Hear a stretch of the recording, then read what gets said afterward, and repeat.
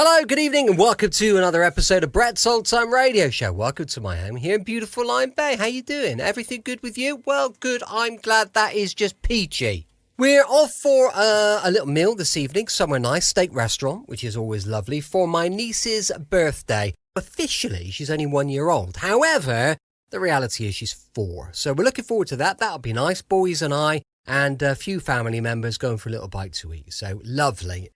A huge thank you for joining me once again for our regular late night visit to those dusty studio archives of old time radio shows right here at my home on the south coast of the United Kingdom. I'm Brett, I'm your host for our Nighttime podcast. Welcome to another episode.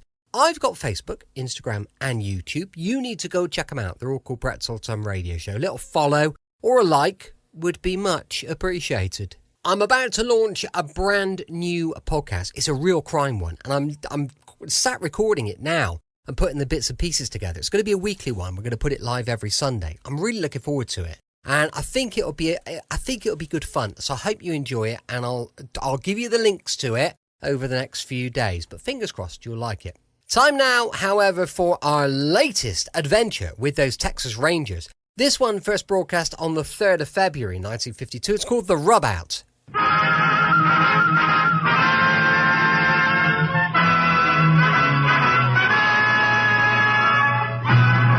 Tales of the Texas Rangers, starring Joel McRae as Ranger Jace Pearson. Another authentic reenactment of a case transcribed from the files of the Texas Rangers.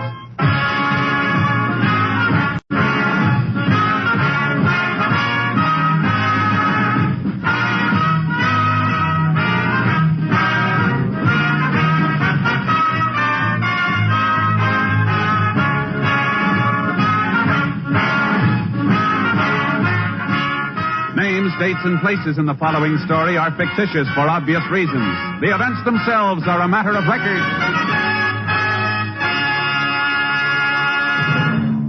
Hello, dear friends. This is Gordon MacRae. If I may, I'd like to take a minute of your time to tell you about tomorrow's Monday Night of Music on NBC. We all have fine programs planned for you tomorrow, and I know that you'll find listening enjoyment when you tune to this NBC station. Begin your listening with the voice of Firestone and its guest soloist, soprano Bidu Sayao. And then it's time for the Railroad Hour. And tomorrow night I'll have petite and lovely Mimi Benzel as my guest as we present the Sigmund Romberg Oscar Hammerstein success, East Wind. I know you'll enjoy the romance-filled songs in the Railroad Hour production of East Wind. So be our guests tomorrow right here on good old NBC. And to top off your Monday Night of Music, tomorrow the Telephone Hour will present an all-operatic program featuring Ezio Pinza. So remember, for your Monday Night of Music on NBC, tune to this station tomorrow for the voice of Firestone, the Railroad Hour, and the Telephone Hour. But now, let's hear today's adventure with the Texas Rangers. And now, from the files of the Texas Rangers, the case called The Rub Out.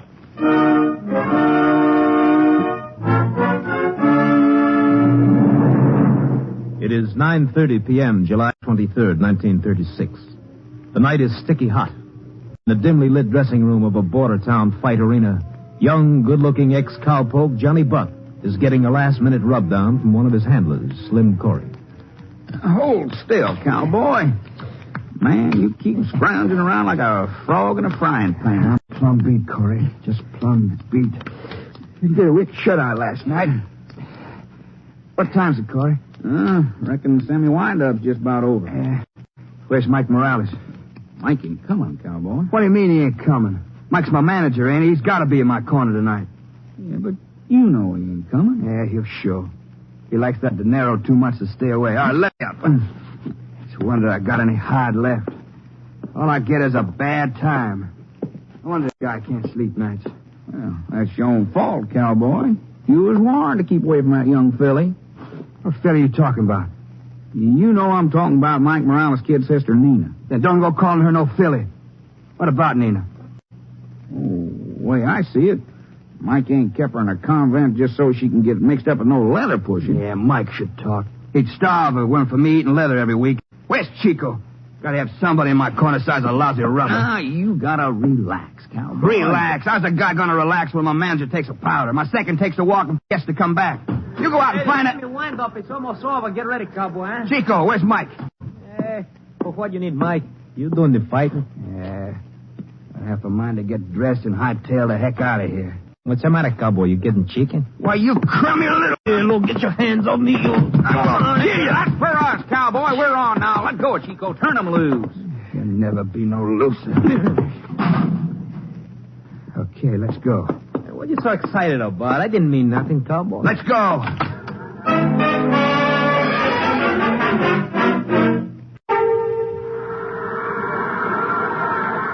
What's around? Salmon's coming up. How you feeling? Beat. Plumb beat. What's wrong, cowboy? Ticker. Feels like a hot rod lippity cutting through a cornfield. Should have punched with the redhead from the start instead of boxing him. Okay, cowboy. You've been boxing long enough. Go out and slug with Gilly. Yeah. Might as well go out and punch him. Adios, amigo. This is 7th round, cousin. As usual, Red feels out of his corner like a Texas wildcat putting out at the poor little old Easter rabbit. On the phone, Johnny Buck just got off his cow pony. He's trading punches with Keeler smack dab over our microphone. Something's got to give. It's Johnny Buck. The cowpoke's on the ropes. He's bleeding from a cut over his right eye. Ooh, Buck just crossed Keeler with the right hand. Keeler's down. Red Keeler's down. The referee is waving Johnny Buck to a neutral corner. The day's cowpoke don't seem to understand. Now he turns to go. He's staggering. Johnny Buck has just collapsed to the canvas. Oh, this arena has turned into an insane asylum. Red Keeler's grabbing for the ropes. He's climbing to his feet. Keeler's manager's in the ring, screaming at the referee to count over Johnny Buck. The referee is starting to count over him. Oh, listen to that crowd. They're going wild.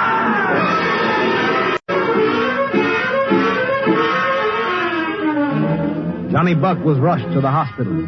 Sheriff Haynes, present at the fight, went along to investigate.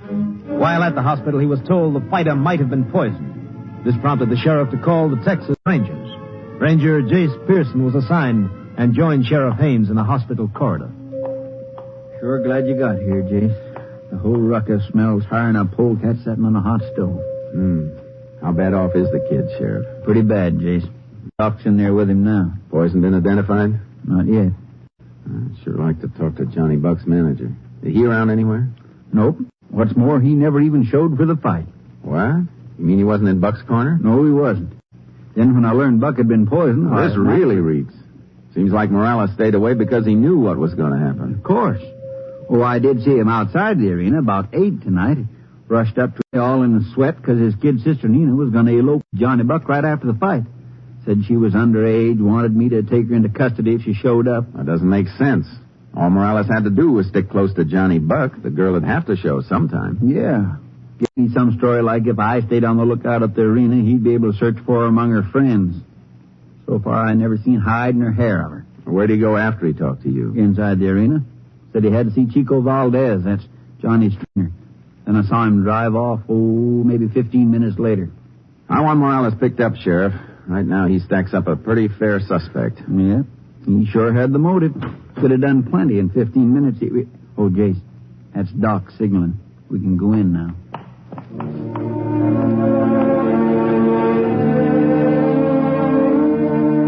We weren't in there very long. John Buck died mumbling Mike Morales' name. We checked the time for autopsy and sent out a pickup call for Morales. As we started out down the corridor, a pretty young Mexican girl came toward us, excitedly, almost in tears. Can you please tell me which one I can find Johnny Buck? Are you Nina Morales? Yes, I am. Nina, this is Ranger Pearson. He'd like to ask you a few questions. I've got to see Johnny. I know he's expecting me. Let's go into the waiting room, Nina.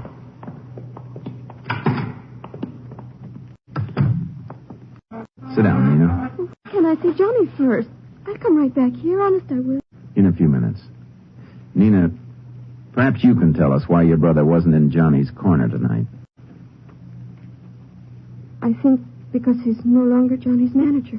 Why did he break up with Johnny? On account of me. It was silly. Mike said he didn't want me running around with prize fighters. Said Johnny wasn't good enough for me. How would he know Johnny's good, kind? When did Mike find out about you and Johnny?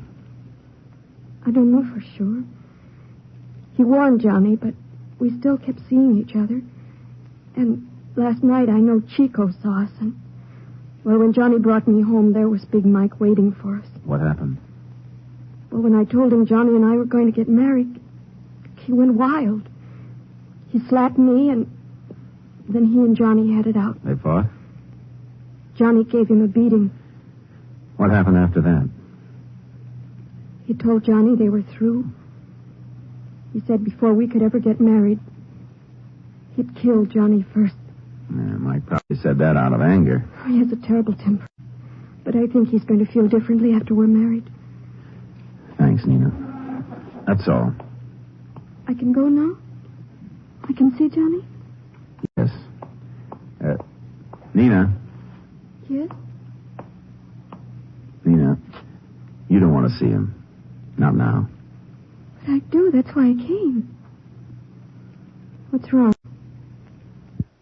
Something happened to him? Is he? He's dead, Nina. I knew it. I could feel it. All the way down here, I knew it. Yesterday, Johnny promised me he'd quit the fight game. We were going to be so happy.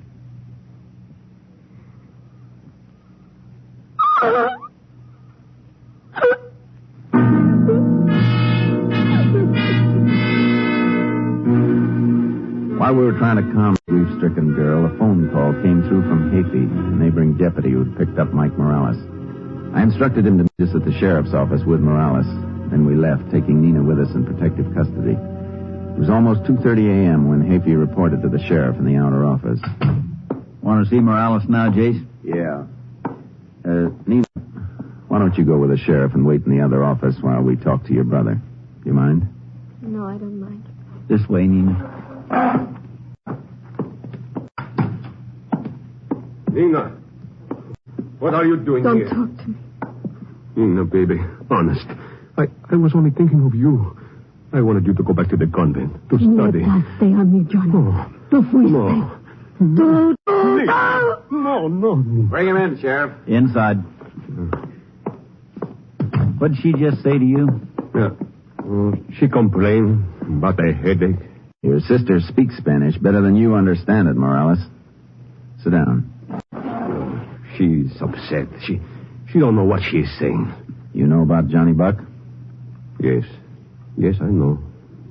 Terrible thing. When did you last see him? I didn't see Johnny since night before the fight. That's not true, Mike. I saw you go into the arena myself last night. Yes, but I only went to take Chico to see the promoter. To turn over the purse to Chico.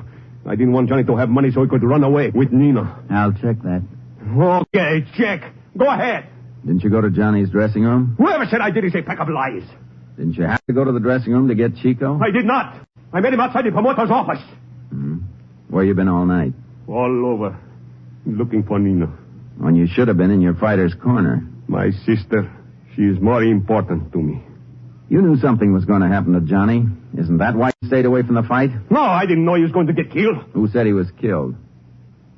I don't know.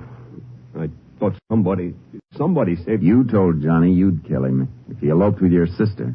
What were you going to do, Morales? Shoot him or strangle him? No, I wouldn't do these things. What would you do? Maybe poison him? Nothing. I wouldn't do nothing. Caramba, que me dice esto, hombre. You've been drinking, Morales. Yeah. I had a few on account of poor Johnny. I've been trying to forget. Yeah? Well, I want you to remember when I talk to you again in the morning. In the meantime, maybe you better spend the night here.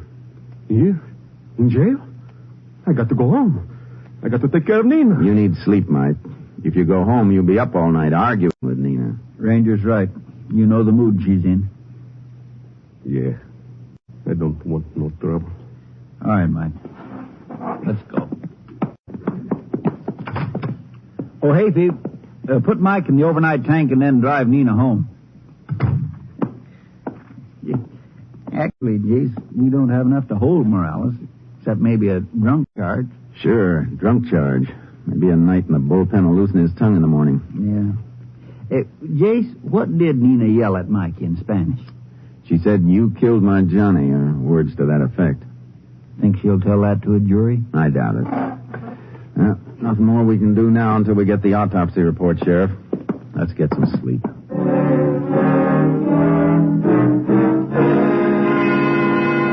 I left the sheriff's office and checked in at a local hotel. Seemed like I'd hardly fallen asleep when the phone began to ring. My watch said it was 6:30 a.m. Hello. Chase? Yeah, who's this? Sheriff Haynes. I'm sorry, Sheriff. Hey, you sure you're awake? I am now. What's up? The doc just phoned. He's completed the autopsy report. Good. What does it show?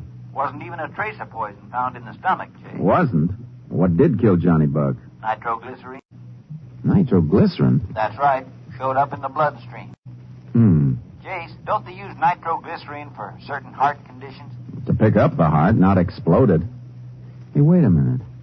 Seems to me there are several cases on record where poison nitrates were absorbed through the skin. What you getting at, Chase? Nitroglycerin is an odorless liquid, dissolves in alcohol. Johnny could have had a rub down before he entered the ring. If the rubbing liniment had been spiked, his skin would absorb enough of it in the heat of action to kill him. Think you got something, Chase? How soon can we get into the arena? Anytime you say. Why? If I'm right about the liniment, Sheriff, we should find signs of it in the dressing room. Meet you there in 10 minutes.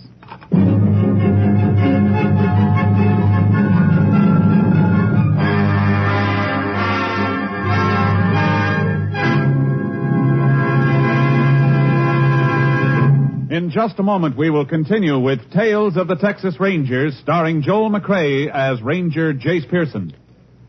For almost 2 centuries, Americans have enjoyed the valuable privileges of freedom. Now, freedom needs each American to dedicate himself to its preservation. We must not allow our liberties to be endangered by neglect of our duties as citizens.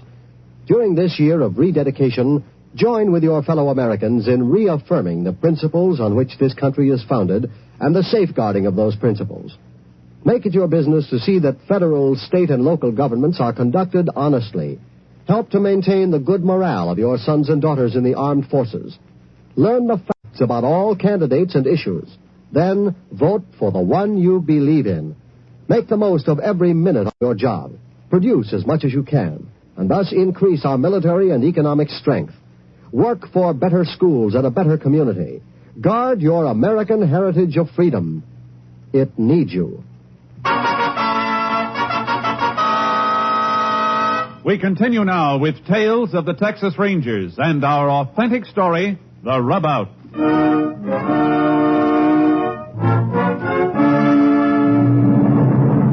In the dressing room at the fight arena, we scraped up a dry residue from the floor and rubbing table and had it flown to the lab at Austin for immediate analysis.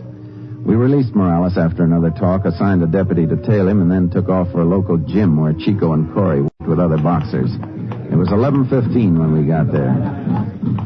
Lots of early cauliflower here, Jace. Yeah, I'll stick to the garden variety. You see either of Johnny's handlers, Sheriff? Yep. That's Chico, holding the sandbag with the big heavyweight. Well, let's get over there. Come on, Buster. Get some lard behind that hook, will you? Zing into the bag. Make believe it's your brother-in-law, huh? Chico. Yes. Can you come here? Oh, hi, Sheriff. Sure.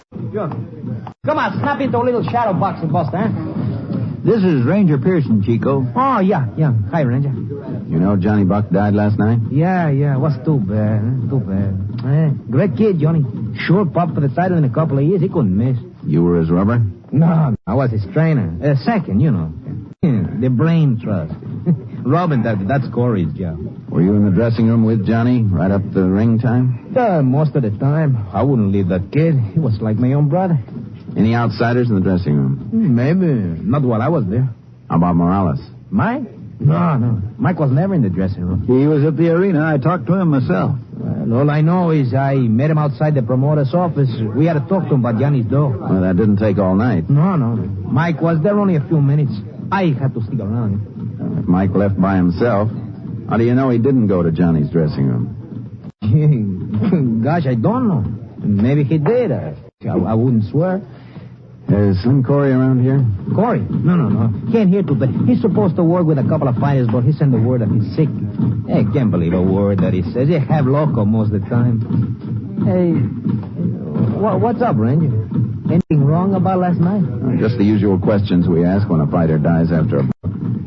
That's a likely-looking heavyweight you got there, Chico. Yeah, but, nothing like Johnny Buck. Yeah, you better get back to your boy. His shadow's going ahead on point. Yeah, that's what happens when I leave the big bum. Well, so long, Ranger, Sheriff. Anything else you want to know, you can always find me here. Okay, I'll remember that. You got Corey's address, Sheriff? Yeah, Jace. Let's go.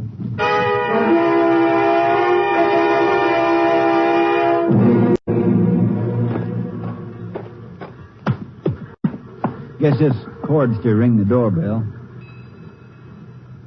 Maybe Corey ain't home. That's right again. Who is it? Sheriff Haynes, Corey. Come on in, the door's open. Sorry, I can't get out of bed, Sheriff. What's wrong with you? I don't know for sure. Never felt like this before. Guess on account of last night. What happened to Johnny? Did you rub him down before the fight? Yeah, needed it real bad. Where'd you get the liniment? Chico, he brung it along in his satchel. Chico's badly broken up about Johnny. Chico? Who, you kidding, mister? Why? Didn't they get along? Heck, no. Not since Johnny started beating his time with Mike's kid sister. Oh, Chico didn't like that, huh? Shucks, he went plumb loco when he heard about Johnny and Nina fixing to get hitched. Why, the night of the fight, Chico was so crazy mad he wouldn't come near the dressing room. When he did, he and Johnny had a ruckus. Were you in the dressing room all the time Johnny was there? Yeah, most every minute of the time. Did Morales show up while you were there? No, Mike never showed at all. Gosh, I feel like I'm going to pass out.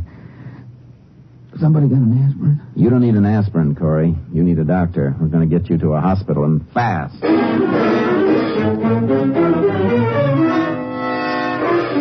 We took Corey to the hospital and waited for the diagnosis. Blood tests confirmed what we'd suspected. Corey was suffering from a trace of nitroglycerin poisoning. Immediate measures were taken to save him. When we went back to the sheriff's office, the lab report from Austin was waiting for me in the teletype room. What's it say, Jace? Listen to this, Sheriff. Test completed. Scrapings from dressing room floor and table, definitely nitroglycerin.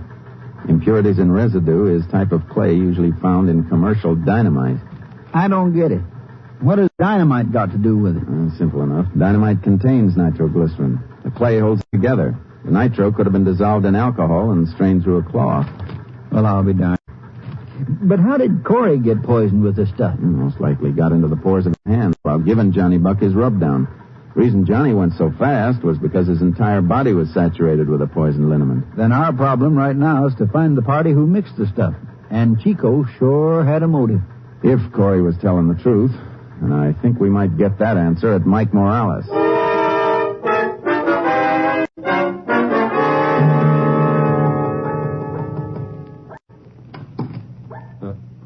Come in, Ranger. Sheriff. Mike? What do you know about Slim Corey? He's a good boy. Corey worked with my fighters for years, even before I took on Johnny. How did Corey get along with Johnny Buck? Oh, he was a good friend. Always filling him up with advice. I see. Is Nina around? Yeah, sure. Nina! What do you want? The ranger and the sheriff are here. Come down. Poor kid. We just got through making the arrangements for Johnny. How are you feeling now, Nina? How should I feel? I'd like to ask you something, Nina. I told you all I know. About Chico. Chico? What do I have to do with Chico? Oh, weren't you good friends at one time? Never. I couldn't stand him. He was a sneak. He was always spying on me. He was jealous of Johnny? Crazy jealous. Mike, was it Chico who told you about Johnny and Nina? Yes. Chico told me. He was always telling me all kinds of things. Things I couldn't believe. Did he tell you to get rid of Johnny? What do you mean, get rid of Johnny? Break up with him, split. Oh. Yeah. Yeah, he put that idea in my head. He was the one. I see. I'm sorry to have troubled you again, Mike. Nina. Let's go, Sheriff. Looks like Chico's our boy, Jace. Everything points to him like a signpost. Strong jealousy motive, deliberate lies about his friendship for Johnny Buck, a dressing room brawl with Johnny on the night of the fight. And he was the one who gave Corey the rubbing liniment. Yeah. Now all we need is definite proof that he spiked it to send Mr. Valdez to the big chair at Huntsville.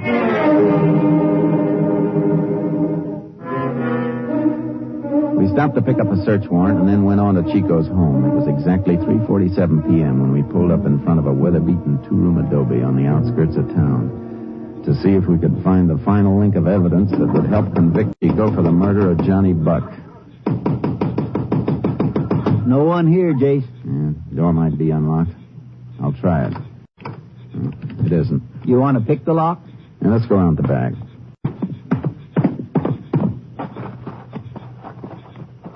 Hey, hold it a second, Sheriff. What? I want to have a look at this trash box. Okay. Meantime, I'll see if the back door's unlocked. Back door's locked, too. There's a window open on the side. Good. You find something, Chase? Yeah, a very interesting-looking piece of cloth. Sheriff, this might be it. This rag? Yeah. Could have been used to strain the nitroglycerin. You really think so, Jace? I can almost tell that residue blindfolded. I might as well take the trash box and all as evidence. Want me to give you a hand with it? No, I can handle it. I'll park this stuff in the car. Meantime, you go inside through that window and open the door for me. Okay.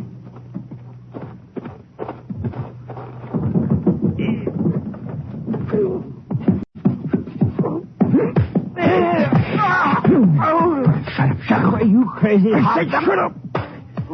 Give me your phone. No, you better shut up. You got a wife and kids. You better keep shut up. Why are you crazy? Fill this gun in your throat. One more sound from you and I blow a hole through it. Now roll over on your face. I dig into the floor and don't you move. Now I unlock the door for your ranger friend. I give him a little surprise. Don't you turn your head. Oh.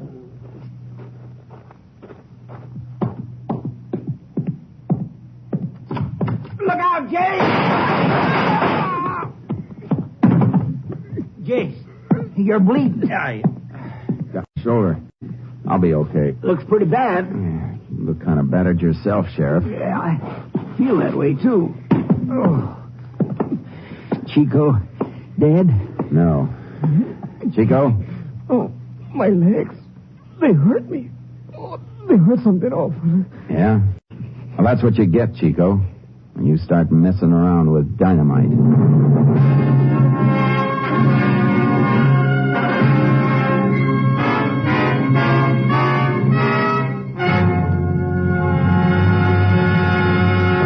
In just a moment, we will tell you the results of the case you have just heard. Hello, friends. This is Jack Parr. I'll be with you later this evening with the $64 question. Right now, I'd like to remind you about some of the other great shows this evening on the NBC Radio Network. In just a few minutes, you'll hear The Big Show with Tallulah Bankhead and a big array of guest stars. And, of course, Meredith Wilson will be on hand to direct the Big Show orchestra and chorus.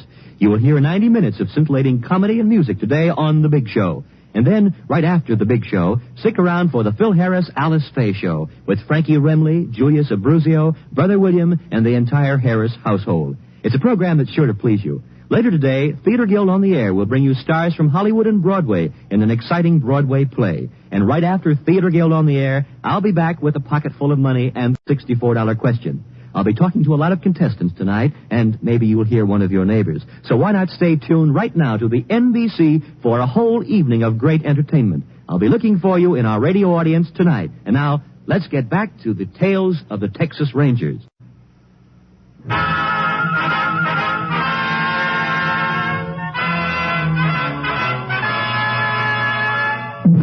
And now, here are the results of the case you have just heard. Ranger Pearson recovered from his wounds and was present at Chico Valdez's trial 10 weeks later when Chico confessed to the premeditated murder of Johnny Buck. On January 13, 1938, Chico paid the supreme penalty for his crime in the electric chair at the state penitentiary in Huntsville. Next week, Joel McRae in another authentic reenactment of a case from the files of the Texas Rangers.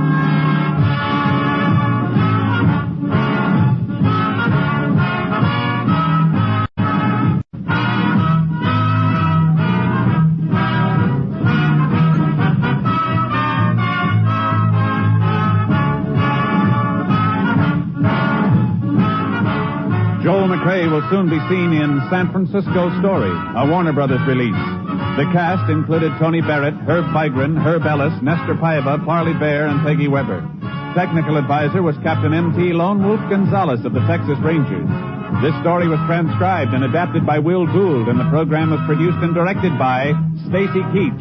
Hal Gibney speaking.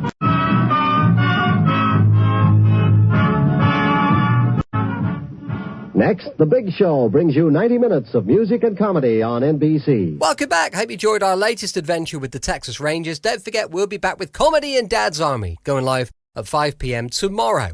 Huge thanks for listening. I'll be with you 7 days a week, each and every week, and I'll see you tomorrow on Bret's Old Time Radio Show. Love you. Bye.